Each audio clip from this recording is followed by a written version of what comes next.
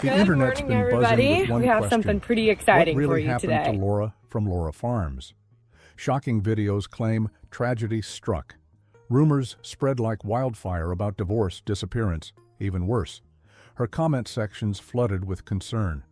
But here's the thing, almost none of it's true. What actually went down is way more twisted than you'd expect. Because while Laura was out there harvesting corn and living her best life, an army of scammers decided to make her their next target. The real story?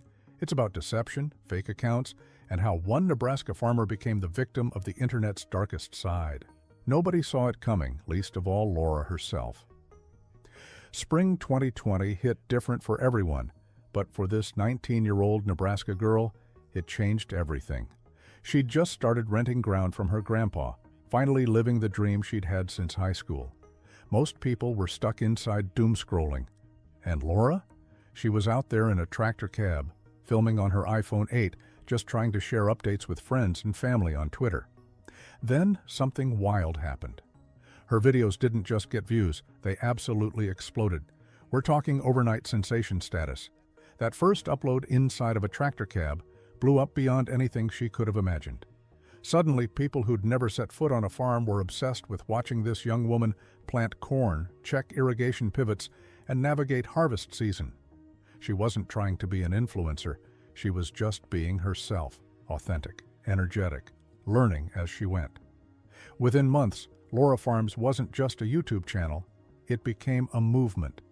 A fifth-generation farmer who grew up detasseling corn in her family's fields was now educating millions about Midwest agriculture. No fancy equipment, no professional crew, just raw, real farm life captured on a smartphone.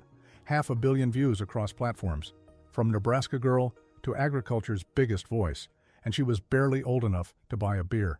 Early 2025 brought something Laura never prepared for. Success attracts attention, but it also attracts predators. Rumors started circulating, whispers at first, then full-blown claims. Laura's getting divorced. Something terrible happened. She's leaving the farm. The comments flooded in. People who'd followed her journey for years suddenly believed her life was falling apart, except none of it was true, not even close. These weren't organic rumors from concerned fans. They were calculated attacks from scammers who saw opportunity in Laura's fame. Fake Facebook groups popped up overnight, dedicated to spreading misinformation. Suspicious accounts using variations of her name appeared across every platform. They posted edited photos, fabricated stories, anything to make the lies seem legitimate. The worst part? People believed it. Despite Laura posting regular content, despite her appearing happy and healthy in every video, the rumors persisted. Some claimed she'd deleted all her social media while she was actively posting. Others said Grant had flipped a switch and everything went wrong. Complete fiction. The algorithm didn't help either. Clickbait videos with titles like The Heartbreaking Tragedy of Laura Wilson and What They're Hiding About Laura Farms racked up views by exploiting people's concern. Laura tried addressing it directly, but fighting internet rumors is like battling a wildfire with a garden hose. For every clarification she posted, 10 more fake accounts spread 10 more lies. Her actual verified accounts had to constantly remind followers, "This is my only account." The situation was spiraling, and the scammers were just getting started. Behind every great farmer is an even greater story, and Laura's was just getting started. July 2016, she met Grant Wilson on a Canada travel camp trip. He was a sixth-generation farmer who'd been working the land since age 17. They just clicked. Same values, same lifestyle, same love for the soil. Fast forward to August 2020, Grant proposed. By December that same year, they were married in Central City, Nebraska. But this wasn't just a love story. It was a business partnership forged in dirt and determination. Laura started with just 40 acres rented from her grandpa. Modest beginnings for someone about to become agriculture's biggest online personality. Grant brought experience and more land to the operation. Together, they were farming over 160 acres of pivot-irrigated ground, growing soybeans and commercial corn in south-central Nebraska. The channel kept growing. That iPhone 8 got upgraded to an XS Max. Basic iMovie editing turned into polished productions. Sponsorships rolled in: Pioneer Seeds, Chief Industries, Nationwide Insurance. Laura wasn't just filming anymore. She was building a brand worth hundreds of thousands. Some estimates put her monthly YouTube earnings alone at over $11,000. Her net worth? Climbing toward $500,000 by 2025. She graduated from Southeast Community College with a business degree, proving she had brains to match the work ethic. The girl who once considered becoming an athletic trainer or joining the military had found her calling. And she was crushing it. 650,000 YouTube subscribers, over 1 million on TikTok and Instagram combined, 3+ million followers total across all platforms. The divorce rumors were just the setup. The real con was about to drop. Scammers didn't just spread lies, they weaponized Laura's identity. Fake accounts started sliding into her followers' DMs with sob stories. "Hey, it's Laura. I'm going through a really tough divorce right now. I hate to ask, but I need help." Some versions claimed financial emergencies. Others played the sympathy card harder, inventing crises that never happened, and people fell for it hard. Despite Laura's warnings plastered across her real accounts, despite the obvious red flags, followers sent money. They wanted to help someone they'd watched for years, someone who felt like family. The scammers knew exactly what they were doing, exploiting that parasocial relationship for profit. Laura had to get blunt about it. She posted on Twitter in January 2025, "Real me. Unless I DM you saying I'm getting a divorce and need money, those are scams." She shouldn't have had to say it, but here we were. The impersonators were so aggressive that her verified status wasn't enough protection. They'd create accounts with slightly different handles, steal her photos, copy her bio, and target her most engaged followers. It wasn't just direct messages either. Fake websites appeared claiming to be her official merchandise store or asking for donations to save the farm. None of it legitimate. Every platform became a minefield. Instagram, TikTok, Facebook. Everywhere her fans gathered, scammers followed. Some even created fake Laura Farms official page accounts that looked convincing enough to fool casual followers. So what's the actual truth? December 2024, Laura and Grant celebrated their 4th wedding anniversary, not divorced, not separated, not even close. They posted photos together, happy as ever, working the farm side by side like they always had. The woman supposedly going through life's worst tragedy was out there finishing harvest, dealing with snow, and cracking jokes about choosing John Deere tractors over Lamborghinis. Every shocking revelation video, fabricated. They tried to hide this clickbait thumbnail. Lies designed to farm views. The tragic narrative was entirely manufactured by content creators who realized controversy generates clicks.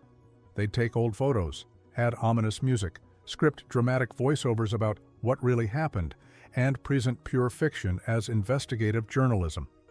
Laura remained active across all platforms through the entire ordeal. She was posting harvest updates, equipment demos, collaborations with other farmers. Anyone actually following her could see she was fine. But the scam worked because most people don't follow closely enough. They see a dramatic headline, maybe watch 30 seconds of a video, and assume it's legitimate reporting. The tragedy content particularly frustrated her because it worried people who genuinely cared. Family members got concerned calls. Friends reached out asking if everything was okay. Her verified checkmark became her best defense. She repeatedly told followers to only trust accounts with that blue verification symbol. "This is my only account," became her constant refrain. The real Laura Wilson was farming, creating, and very much living her life.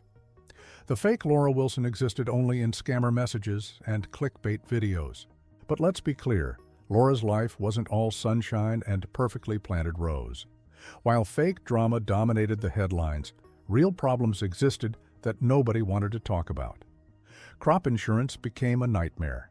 She documented the frustration of dealing with adjusters who dragged their feet on compensation for actual losses. Weather destroyed crops she'd spent months nurturing, and getting the insurance company to pay what was owed. That battle stretched on for months. Harvest 2024 tested her in ways social media couldn't capture: snow during harvest, equipment breakdowns at the worst possible moments, 16-hour days in the tractor cab, racing against weather and time. her body exhausted, finances stretched thin, hoping the yield would justify all the inputs invested months earlier. This was the unglamorous reality of farming that doesn't generate viral videos. Then there were the financial pressures nobody sees. The average crop machinery investment runs over $540 per acre. Laura was dropping $5,000 or more yearly just to keep equipment operational. She owned expensive trucks, a Ford F-100 Ranger, Chevrolet 3100, Ram 2500 Laramie. Not luxury purchases, but necessary tools for the operation. Every breakdown, every repair, every replacement part came straight from the bottom line. The stress of balancing content creation with actual farming wore on her too. She'd wake at 5 for workout classes, come home to handle household responsibilities, then split time between field work and filming. Grant traveled with her on quick weekend trips for sponsorship obligations, but they lived half out of suitcases. The influencer life looked glamorous online, but felt exhausting in reality. These were the real challenges Laura faced, not divorce drama or manufactured tragedy, but the legitimate grind of modern agriculture. Success breeds criticism, and Laura collected her share. Some accused her of being fake, claiming she hated farm life, before suddenly making it her entire personality. Comments flooded in, Laura changing personalities more than she washes her hair.